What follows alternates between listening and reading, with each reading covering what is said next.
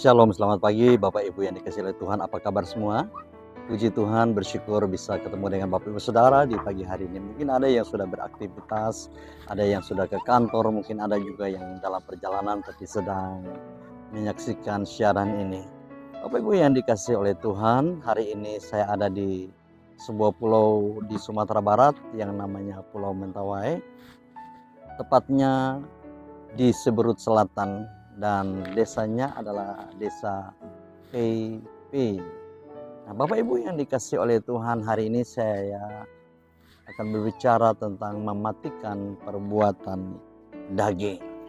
Bapak Ibu yang dikasihi oleh Tuhan Yesus Kristus, firman Tuhan berkata di dalam Galatia pasal yang kelima ayat 19 berkata demikian. Perbuatan daging telah nyata, yaitu percabulan, kecemaran, hawa nafsu, penyembahan berhala, sihir, perseteruan, perselisihan, iri hati, amarah, kepentingan diri sendiri, percayaan roh pemecah, kedengkian, kemabukan, pesta pora, dan sebagainya. Terhadap semuanya itu kuperingatkan kamu, seperti yang telah kubuat dahulu, bahwa barang siapa melakukan hal yang demikian, ia tidak akan mendapat bagian di dalam kerajaan Allah. Bapak Ibu yang dikasihi oleh Tuhan, kita semua rindu untuk masuk di dalam kerajaan Allah. Kita semua rindu untuk hidup bersama-sama dengan Tuhan. Semua manusia punya cita-cita, punya kerinduan satu saat ketika dia meninggal, maka kehidupannya bisa bersama-sama dengan Tuhan di dalam kerajaan sorga. Nah, tapi ternyata di dalam kehidupan keseharian manusia banyak melakukan hal-hal perbuatan daging.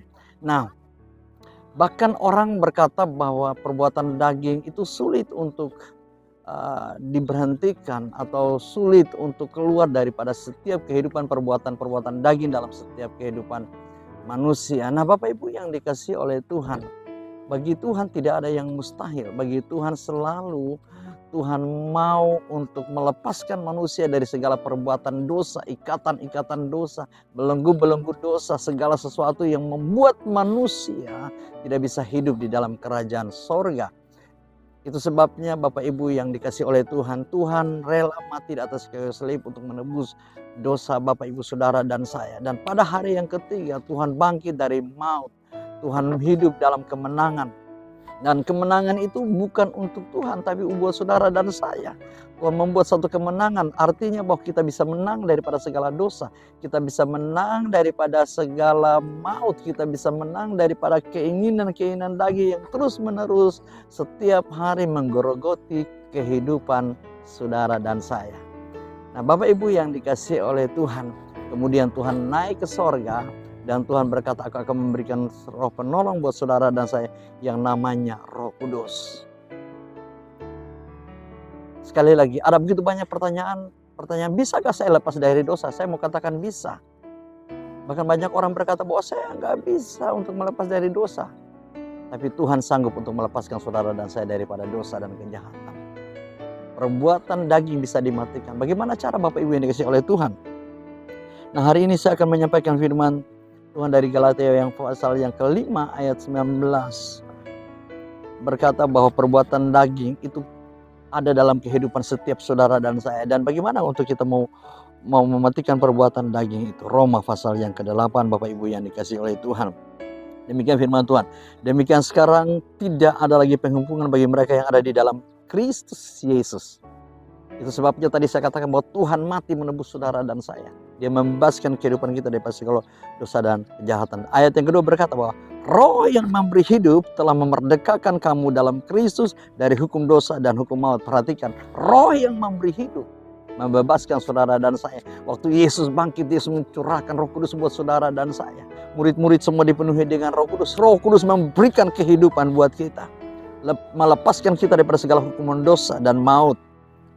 Lalu ayat yang ketiga, sebab apa yang tidak mungkin dilakukan hukum Taurat karena tidak berdaya oleh daging, telah dilakukan oleh Allah dengan jalan mengutus anaknya sendiri dalam daging yang serupa dengan daging yang dikuasai dosa, karena dosa telah menjatuhkan hukuman atas dosa di dalam daging, supaya tuntunan hukum Taurat digenapi dalam kita yang tidak menurut daging tetapi menurut roh. Sebab mereka yang hidup menurut daging memikirkan hal-hal yang dari daging. Mereka yang hidup menurut roh memikirkan hal-hal yang dari roh. Yang pertama Bapak Ibu yang dikasihi oleh Tuhan, bagaimana supaya kita bisa terlepas daripada ikatan dosa? Bagaimana supaya kita tidak memikirkan kehidupan yang penuh dengan kedagingan? Maka hiduplah, pikirkanlah perkara-perkara yang di atas. Perkara-perkara yang di atas akan membebaskan saudara dan saya. Semua yang suci, semua yang benar, semua yang sedap didengar. Firman Tuhan berkata, pikirkanlah semuanya itu. Jadi kita berpikir seperti apa yang Tuhan inginkan, Tuhan mau. Jadi hari ini jangan pikirkan perkara-perkara yang di bawah, tapi pikirkanlah perkara-perkara yang di atas. Bagaimana caralah? Cari dahulu kerajaan Allah dan kebenarannya. Hidup saudara dan saya harus fokus. Cari dahulu kerajaan Allah dan kebenarannya, maka semuanya itu akan ditambahkan kepadamu. Artinya apa? Semuanya itu bukan berbicara tentang hal-hal materi saja, tapi perkara-perkara rohani yang Tuhan berikan dalam kehidupan saudara dan saya. Semuanya itu artinya apa? Tuhan akan menambahkan segala kemerosotan moral, kemerosotan rohani saudara dan saya. Tuhan akan menambahkan itu semua dalam kehidupan saudara dan saya, supaya kita bisa hidup benar di hadapan Tuhan. Kita hidup bisa berkenan di hadapan Tuhan. Hal yang pertama, untuk kita terlepas daripada dosa kedagingan, pikirkanlah perkara-perkara yang di atas. Sebab mereka yang hidup menurut daging memikirkan hal-hal yang dari daging. Bukankah kita setiap kali memikirkan perkara-perkara yang di bawah, perkara-perkara yang berhubungan dengan kedagingan kita, dan kita lalai tentang memikirkan perkara-perkara rohani hari ini? Pikirkanlah perkara-perkara rohani dalam setiap kehidupan kita dari hari ke hari.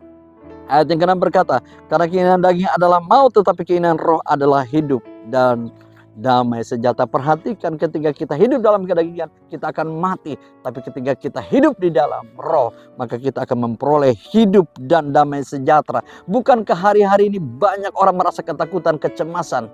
Banyak orang tidak berpikir lagi bahwa, waduh, bagaimana hidup yang ke depan ini. Dan banyak orang selalu melihat apa yang ada di depan mata. Banyak orang melihat apa yang ada di dalam sekelilingnya. Tapi hari ini firman Tuhan berkata, pikirkanlah perkara-perkara yang di atas. Ayat yang ke-7 berkata, sebab keinginan daging adalah perseteruan terhadap Allah, karena ia tidak takluk kepada hukum Allah. Hal ini memang tidak mungkin baginya.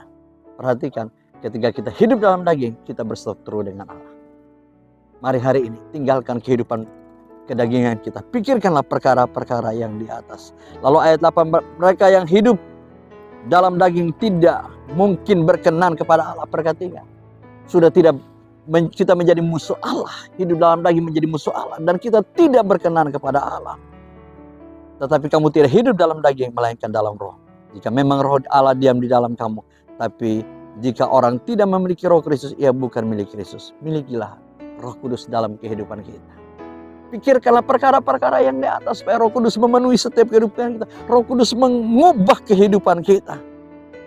Tetapi jika Kristus ada di dalam kamu, perhatikan, kalau Yesus ada, Roh Kudus ada, tubuh memang mati karena dosa, tapi roh adalah kehidupan oleh karena kebenaran. Perhatikan, roh dikatakan begini, roh adalah kehidupan oleh karena apa? Kebenaran. Makanya tadi saya katakan, cari dahulu kerajaan Allah dan kebenarannya. Kebenaran itu akan memerdekakan saudara dan saya. Jika roh Dia yang telah membangkitkan Yesus dari antara orang mati diam di dalam saudara dan kamu, nah, maksudnya diam di dalam kamu, di dalam saya dan Bapak saudara, maka Ia yang telah membangkitkan Kristus dari antara orang mati akan menghidupkan tubuhmu yang fana oleh rohnya yang diam di dalam kamu. Perhatikan, hidup dalam kedagingan, roh kita akan mati. Tetapi ketika roh Allah ada membangkitkan roh saudara dan saya. Bapak Ibu yang dikasihi oleh Tuhan, firman Tuhan berkata, ayat 12, jadi saudara-saudara, kita adalah orang yang berhutang, tapi bukan kepada daging, supaya hidup menurut daging. Sebab jika kita hidup menurut daging, kamu akan mati. Tapi jika oleh roh kamu mematikan perbuatan-perbuatan tubuhmu, dan kamu akan hidup. Perhatikan ayat yang ke-13. Hidup menurut roh mematikan perbuatan-perbuatan daging. Hari ini Bapak Ibu yang dikasihi oleh Tuhan, berapa banyak kita yang sedang hidup di dalam kematian rohani, memikirkan kedagingan. Hidup kita setiap hari dikuasai oleh kedagingan. Hari ini Bapak Ibu yang dikasihi oleh Tuhan, kita belajar hari ini supaya kita mematikan perbuatan daging. Bagaimana caranya? Hidup di dalam roh. Yang pertama, pikirkanlah perkara-perkara yang di atas. Bagaimana cara? Cari dahulu kerajaan Allah dan kebenarannya, maka semuanya akan ditambahkan kepadamu. Kiranya Tuhan Yesus memberkati. Mari saya akan berdoa buat Bapak Ibu Saudara. Bapa di dalam kerajaan sorga, hari ini kami semua yang ada di tempat ini Tuhan, kalau ada perbuatan-perbuatan daging yang masih Tuhan Yesus menguasai hati dan pikiran kami, kami berdoa Tuhan hari ini. Engkau bebaskan kami, Engkau lepaskan kami, sucikan kami Tuhan. Kami buka hati Tuhan Yesus untuk Roh Kudus bekerja di dalam setiap kehidupan kami. Terima kasih Tuhan Yesus, terima kasih. Di dalam nama Yesus Kristus kami bersyukur, Haleluya. Di dalam nama Yesus Kristus kami berdoa. Amin. Puji Tuhan Bapak Ibu yang dikasihi Tuhan. Sekali lagi saya mengucapkan selamat bekerja, selamat beraktivitas. Kiranya Tuhan Yesus memberkati Bapak Ibu Saudara. Haleluya. Dari Siburut Selatan saya mengucapkan Tuhan memberkati. Amin.